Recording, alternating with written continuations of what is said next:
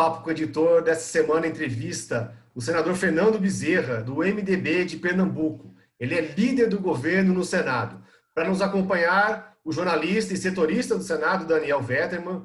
Muito bem-vindo, Daniel, e muito bem-vindo, senador. Muito obrigado pela gentileza de nos atender aqui no broadcast político no Papo com o Editor. Muito obrigado. Para mim é um prazer, uma satisfação. Cumprimento a você, Gustavo, e ao nosso amigo Daniel, que está sempre presente aqui conosco. Senador, no primeiro turno da eleição, no último domingo, mostrou um avanço de partidos aí do centro e do centrão, né, que elegeram bastante prefeitos. Ainda assim, o resultado do segundo turno, no entanto, o MDB, que é o partido do senhor, caiu, né, teve uma queda em relação a 2016. O que isso significa para o governo, senador? O presidente Bolsonaro pode ficar mais ainda dependente dos outros partidos do centrão? Olha, Gustavo, eu acho que ainda estamos contabilizando os números para poder fazer a interpretação mais adequada e mais correta dos resultados das eleições municipais. Por exemplo, você aborda de que o MDB, embora lidere o número de prefeituras, e é importante destacar isso, o MDB é o partido que mais elegeu prefeitos em todo o Brasil, ele caiu, do ponto de vista da votação, em aproximadamente 30%, mas ainda assim é o partido que tem maior representatividade do ponto de vista eleitoral, com quase 10 milhões de votos que foram conquistados. Para entender essa queda, é importante observar a pulverização partidária. Essa é a primeira eleição sem coligação. E, diferentemente do que se imaginava, de que iria haver uma concentração nos grandes partidos, o que a gente vê, pelo menos nos primeiros números que estão saindo, é que houve um fortalecimento de médios partidos. Então, existe um determinado número de prefeituras que foram para partidos como os republicanos, só para citar um desses partidos, PSC, PL, né? Mas, sem nenhuma dúvida, eu vou ficar com MDB, PSDB, DEM, PSD, PP. Esses 5 partidos formam quase 50 milhões de eleitores brasileiros. E os partidos representativos da esquerda, PT, PSB, PDT, esses não chegam nem sequer a 15 milhões. Então, se você pegar o partido que representa o espaço do centro democrático, uns denominados de centrão, outros denominados de independentes, mas que são partidos do centro democrático brasileiro, a voz das urnas foi muito clara. Os partidos de esquerda recuaram e a agenda econômica do governo foi fortemente respaldada. Porque se você vai no programa desses 5 partidos, elas têm muita identidade com a agenda econômica que o governo submete à apreciação do Senado Federal. Qual é a minha conclusão? O Brasil, diferente do que se dizia no primeiro semestre, é o país que vai se sair melhor no enfrentamento à pandemia do ponto de vista da economia. O Brasil vai ter a menor retração de todos os países da América Latina. Os dados de emprego estão surpreendendo a cada mês e, portanto, o Brasil deverá ter uma retração entre 4% e 4,5%. Criando as bases para que a gente possa ter um forte crescimento em 2021. Quem está dizendo isso não sou eu, é o mercado, é o Banco Central, é o Banco Mundial, é o FMI, que o Brasil tem todas as chances de ter um crescimento no próximo ano entre 3% e 3,5%. O que é que eu quero concluir? Eu quero concluir que o presidente Bolsonaro, se acertar na economia, ele terá as condições de liderar esse grupo de partidos que se consagrou vitorioso nas eleições municipais, que são partidos do centro democrático. E senador, é a velha política que ele criticou tanto, que ele se elegeu como direita radical, né? Eu não diria que seja a velha política, porque eu não acredito nem em velha nem em nova. É a boa política, reforçando a política dos partidos tradicionais, da boa representação política, da política de resultados, de entregas, né? Eu vou dar aqui o exemplo meu. Eu sou líder do governo do presidente Bolsonaro. Eu tenho um filho que é prefeito de Petrolina, que é uma cidade com mais de 200 mil eleitores, e foi reeleito com 76% dos votos válidos na eleição. É evidente que os investimentos do governo federal ajudaram a administração do prefeito Miguel, que fez dele o prefeito mais bem votado do Norte e Nordeste do Brasil e o 8º mais bem votado de todo o país.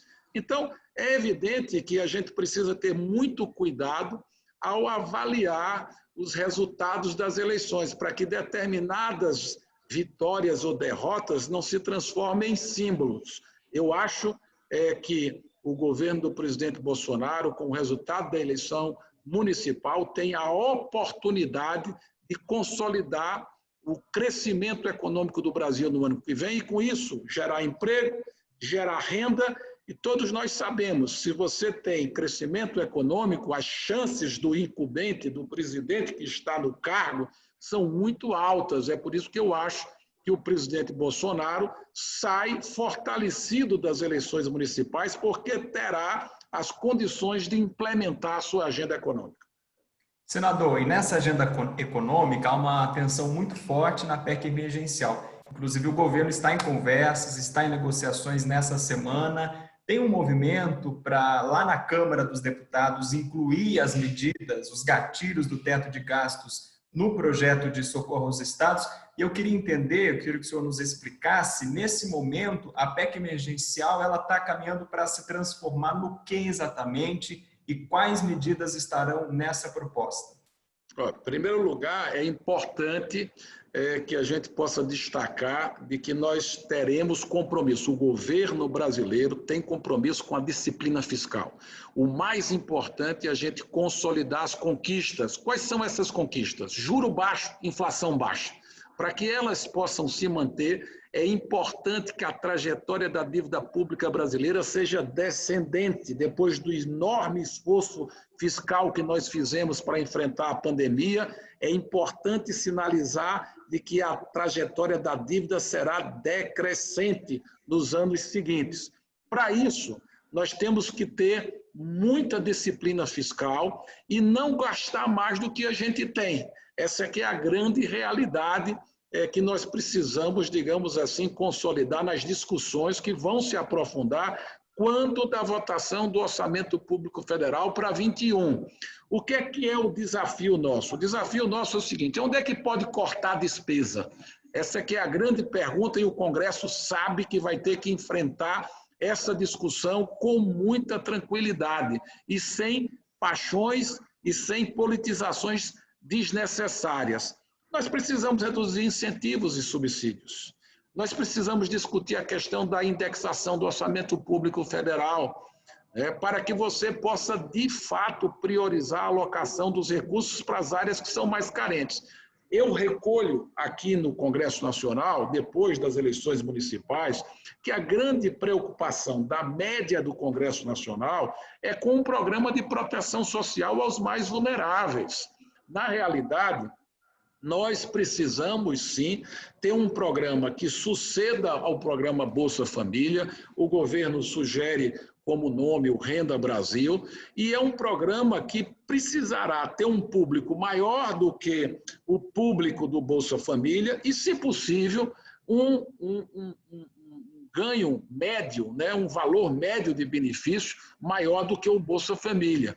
Agora, isso só será possível se a gente conseguir oferecer uma proposta que seja neutra do ponto de vista fiscal. Ela não pode vir para ampliar as despesas públicas, ela tem que vir em lugar de outras despesas que a gente possa cortar. Então, eu acho que os candidatos naturais a abrir espaço fiscal para poder viabilizar o programa de proteção social, que vai ser quase que uma necessidade imperativa da sociedade brasileira, nós vamos ter que cortar incentivos e subsídios. Não tem. Nós gastamos aproximadamente 300 bilhões por ano. Então, se a gente reduzir aí de 12% a 15%, a gente abre um espaço em torno de 40 bilhões para que a gente possa reforçar a dotação do antigo Bolsa Família e viabilizar um Renda Brasil mais poderoso, mais robusto e que possa garantir a paz social no Brasil. Eu acho que esse é um recado muito claro das urnas. Né? Agora, senador, dá para ter efeitos já em 2021, esse corte? Porque sempre que se mexe em Claro, tem que lei ser. aí. Não, tem que ter lei, mas é possível sim. É possível que isso possa se produzir. Alguns incentivos e subsídios, eles requerem o princípio da anualidade, por isso teria que ser votado até o final do ano, mas outros é o princípio da noventena, 90 dias após a aprovação, digamos assim, dos dispositivos legais. Então, na realidade, esses são os candidatos naturais. Na realidade, você, analisando o orçamento público federal, você percebe que não existe muito espaço, a despesa discricionária é cada vez menor e a despesa automática, aquela compulsória que está vinculado a pagamento de pessoal, a gastos previdenciários, a assistência social, isso está tudo vinculado, isso está tudo indexado. Então, é preciso se discutir se existiria a possibilidade de uma semi-indexação que abriria espaço, portanto, para gastos públicos voltados para a população mais vulnerável, no sentido de criar as condições, trajetória da dívida pública decrescente, proteção social maior investimento privado chegando e assegurando taxa de juro pequena, baixa e taxa de inflação baixa. Com isso, eu acho que a gente ganha o ano de 2021. Senador, desse desenho que o senhor fez aí, a gente só tem, né, taxa de juros baixa. A inflação aí está baixa, mas está dando sinais de um retorno. Mas a gente não tem nada desenhado. Tentou-se fazer um projeto de Bolsa Família novo, tentou-se fazer um desenho do novo, de um projeto para substituir o auxílio emergencial. E, além disso, senador, a gente queria saber, a gente não tem nenhuma LDO aprovada ainda no Congresso. Como viabilizar, qual o caminho do governo para viabilizar tudo isso? O que vai entrar em votação? Nem PEC emergencial tem também, a gente queria saber qual o desenho que o senhor planeja, que o governo planeja via o senhor, né, que vai levar isso para o Senado e para o Congresso, dos projetos que vão ser aprovados, LDO, Bolsa Gustavo, Família, novo Bolsa Família, enfim. Qual que é esse desenho? CMO, a gente não tem nem CMO ainda aprovada, né, instalada. Pois não. Gustavo, só para recordar e me permitir discordar da sua afirmação. A meta de inflação do Brasil para esse ano, que é uma meta que o Banco Central tem que perseguir, é 4%. Ela pode variar 1,5% a menos, 1,5% a mais. Então, a meta está entre 2,5% e 5,5%. Então, hoje, as previsões, nós já estamos em novembro, a previsão de inflação para o Brasil é em torno de 3 e poucos por cento. Nós estamos falando de 2021 já, senador. Não, estou falando de 2020. Então, a inflação no Brasil está dentro da meta. Agora, vamos fazer uma projeção para 2021. Nós estamos vivendo um momento de pressão inflacionária, você tem razão, é fato, mas a projeção para o ano de 2021, quando passar os efeitos que nós estamos tendo de pressão em determinados setores, sobretudo de alimentos, né? Veio aí o exemplo da carne, o do arroz, em alguns setores está ocorrendo isso de fato, mas a previsão de inflação para o ano que vem vai estar de novo dentro da meta. Então, isso são, digamos, oscilações sazonais que ocorrem, mas que não existe nenhuma pressão inflacionária estrutural. Então, quando a gente fala de que é importante preservar essas conquistas, é porque o que nós estamos precisando atacar é a projeção da dívida pública. E agora a instituição fiscal independente deu até, digamos assim, uma divulgação de um relatório da análise dos números, que o Brasil tem 2 anos para poder tomar essas medidas duras no sentido de ajustar as despesas públicas e manter a trajetória da dívida pública com o sinal decrescente. Então, eu estou muito confiado de que isso pela política do ministro Paulo Guedes, do presidente Roberto Campos Neto. O Brasil está, digamos, se saindo muito bem nisso. Agora, você coloca as dificuldades, as adversidades que nós estamos enfrentando e cita um dos problemas, que é um problema que de fato preocupa, a questão do impasse político que se deu para a eleição da Comissão Mista de Orçamento, que terminou prejudicando os trabalhos da comissão, que não sequer se instalou, nós não temos nem a Lei de Diretrizes Orçamentárias, como você bem lembra, então isso gera um estresse, mas eu acho que é importante recapitular de que na negociação política tudo é possível ser superado. Eu lembro, inclusive, de que é possível você votar a LDO e o orçamento direto em plenário. Você não precisará nem, de fato, instalar a comissão.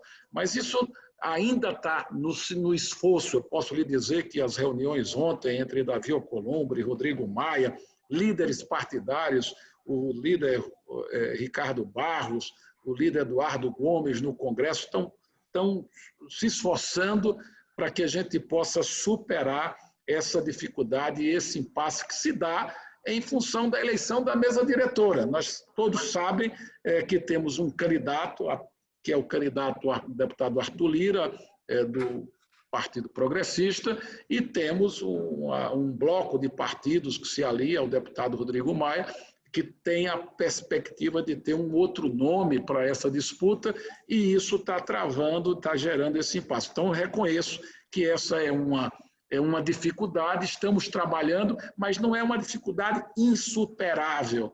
A política tem os seus meios e os seus modos para poder superar e entregar um orçamento público federal à sociedade brasileira, se possível, e eu ainda acredito que seja esse ano, e se não for esse ano, através de uma autoconvocação do Congresso Nacional, a gente deliberar o orçamento no mês de janeiro. Agora, senador, o senhor citou a sucessão aí no Congresso, né, que agora se intensifica naturalmente pela proximidade, também pelo período das eleições municipais que já passou. O governo, na Câmara, por exemplo, tem um aliado do Centrão que está se colocando aí na disputa. Aliados do presidente Rodrigo Maia falam cada vez mais numa articulação para a reeleição dele. Pela sua percepção, o senhor vê dificuldade do governo apoiar o candidato Arthur Lira, mesmo se o Rodrigo Maia for candidato à reeleição? Isso não pode atrapalhar, visto o histórico, por exemplo, no governo Dilma, que o governo apoiou o deputado Alino Chinaglia e depois viu Eduardo Cunha ser eleito e encaminhar um processo de impeachment. Olha, eu não quero me arriscar a falar sobre o processo sucessório na Câmara. Eu falo sobre o processo sucessório no Senado. Na realidade, aqui no Senado Federal, nós estamos no aguardo dessa manifestação do Supremo Tribunal Federal sobre a possibilidade de haver ou não a reeleição. Se houver a possibilidade de reeleição, o MDB já se decidiu, já se definiu. É a maior bancada do Senado Federal e vai apoiar a recondução do senador Davi Alcolumbre. Essa é uma posição do partido. Agora, não havendo a possibilidade da reeleição, o MDB também já se decidiu de que apresentará uma candidatura essa que será escolhida pela bancada no mês de janeiro. Senador, o nosso tempo está terminando. A gente queria que o senhor comentasse, por fim, essa questão do Amapá. Ontem teve um novo apagão no Amapá, o Ministério das Minas e Energia falou que foi um problema numa usina hidrelétrica lá, mas é um problema que é recorrente, já vem aí há 2 semanas, e também que mexe muito, senador, com uma proposta do governo que é de privatização da Eletrobras. Essa proposta teve uma resistência muito grande após o apagão. A gente queria saber o que o senhor acha dessa questão no Amapá, dessa falta de resolução para o problema, dessa demora para a resolução do problema e também para não prever o problema, né, já que o problema já era antigo, né, conforme os laudos apontaram, e também como é que o governo vai tratar com essa proposta de privatização da Eletrobras. Olha, primeiro eu quero trazer a minha solidariedade ao povo do Amapá, que está passando por uma situação muito complicada. Nós lemos nos jornais hoje pela manhã de que outro apagão ocorreu na noite de ontem, causando sérios transtornos. Nós tivemos ontem, numa reunião de líderes, o depoimento do presidente Davi Alcolumbre, falando da situação que o povo do Amapá enfrentou nesses últimos 15, 20 dias. Portanto, a nossa solidariedade total. E acho que é um fato que precisa ser aprofundado, as suas causas, as suas razões. Eu acho que tem, desde o processo do modelo de licitação dessas linhas de transmissão, se tinha ou se não tinha backup, se era exigido no contrato o backup ou não. Eu acho que é uma coisa que serve para que a gente possa aprender com esse erro, porque deve ter ocorrido erros em séries, não só do momento da contratação, mas também durante o período de fiscalização do contrato, que é de responsabilidade da agência reguladora, que é a ANEEL. Um outro tema que, pelo menos o Senado está muito preocupado, é com a questão mesmo dos sistemas isolados. Como é que essa situação, de fato, essa vulnerabilidade do Amapá, ela também não existe em relação a outras regiões remotas do país? Nós não podemos aceitar que um caso como o Amapá possa ocorrer em Roraima, possa ocorrer no Acre, possa ocorrer no Amazonas.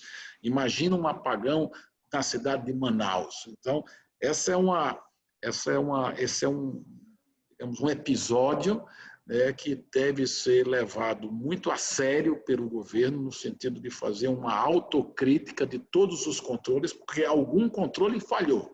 Essa situação, se ela ocorreu, é porque algo deixou de ser feito.